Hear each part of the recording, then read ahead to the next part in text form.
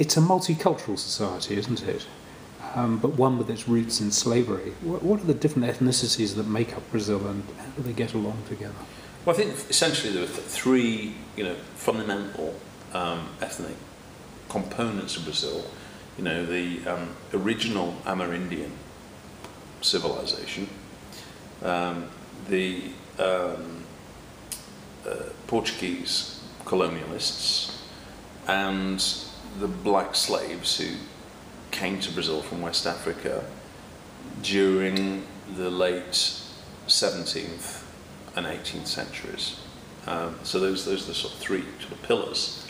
And then on the back of that, during the late 19th century, there was a concerted effort to whiten the population through immigration policies that were designed to bring people in from Italy and Germany, and Japan, Spain, to such an extent that by the early 20th century, 1910, 1920, Italian was still widely spoken in Sao Paulo. The centre of this Italian migration was widely spoken. So you've got a massive. So it was an immigrant society. It's an immigrant society on the back of a plantocracy. It's a sort of strange kind of immigrant society. But so the funny mixtures of the sorts of settled plantocracy of the northeast and the colonial society, the sort of new immigrant society in the Wild West of various bits of Brazil. So those, you see it, those sort of elements. It's quite interesting that gastronomically, sort of people, that the three major cuisines in Sao Paulo are Italian food, Japanese food, and food from the Middle East, because there's a lot of immigration from what's now the Lebanon and Syria. So those are those things have all come together. Now I think the really interesting thing about this is not so much where they came from, but first of all the sort of mixing. There's a tremendous miscegenation in Brazil. There's these ethnic groups are not. There are clear gradations in colour or whatever, but there's a tremendous amount of intermixing. And they're no longer distinct communities in quite a way. Yeah, there is a little bit of it. There are some distinct communities, but they're not. There's an identity a Brazilian identity that transcends that kind of those ethnic divisions. What do I mean by that? And essentially, Brazil as a nation is defined in the 19th century by monarchy and, to some extent, the struggle to defend slavery. It inherits the Portuguese monarchy, it inherits the institutions of the Portuguese Empire, and its sense of self-assurance, to some extent, stems from that. It's not like in the rest of Latin America, where the colonial elites reject the Spanish and go into prolonged war at the beginning of the 19th century to expel the Spanish. This is an economy a society that brings in the monarchy. The monarchy settles in Rio de Janeiro. So it's a very peaceful change. And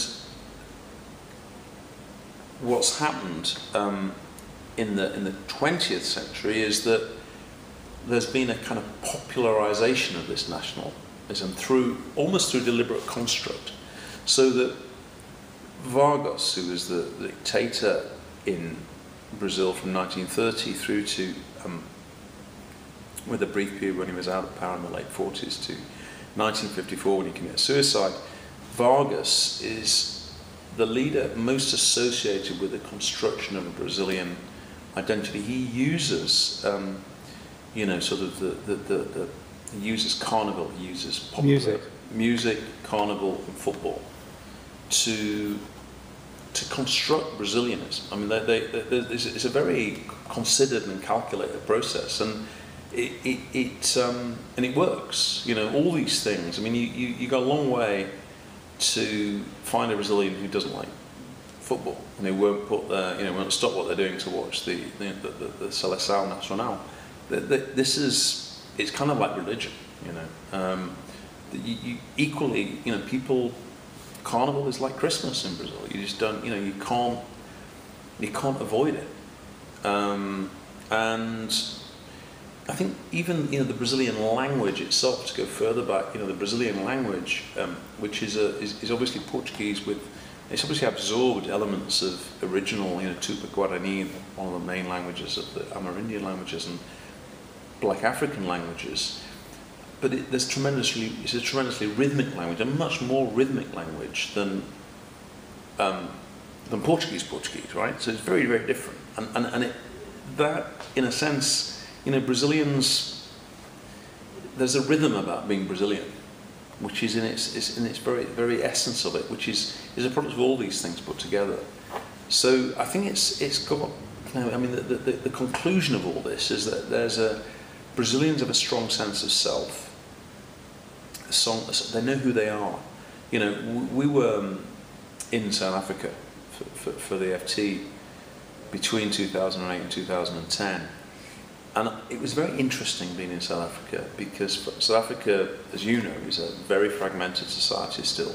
It aspires to be the rainbow nation, but it's far from being the rainbow nation. It occasionally seems to be the rainbow nation at moments of, you know, national unity, like when Mandela's elected in 1994, or when South Africa wins the Rugby World Cup in 1995, or holds the, you know, the Soccer World Cup in 2010. You know, there are tremendous moments of elation and euphoria about the possibility of being a united, a single South Africa. But, you know, at the end of the day, it's still the case that many black South Africans primarily see themselves as black rather than South African, and many white South Africans identify with the, you know, white culture.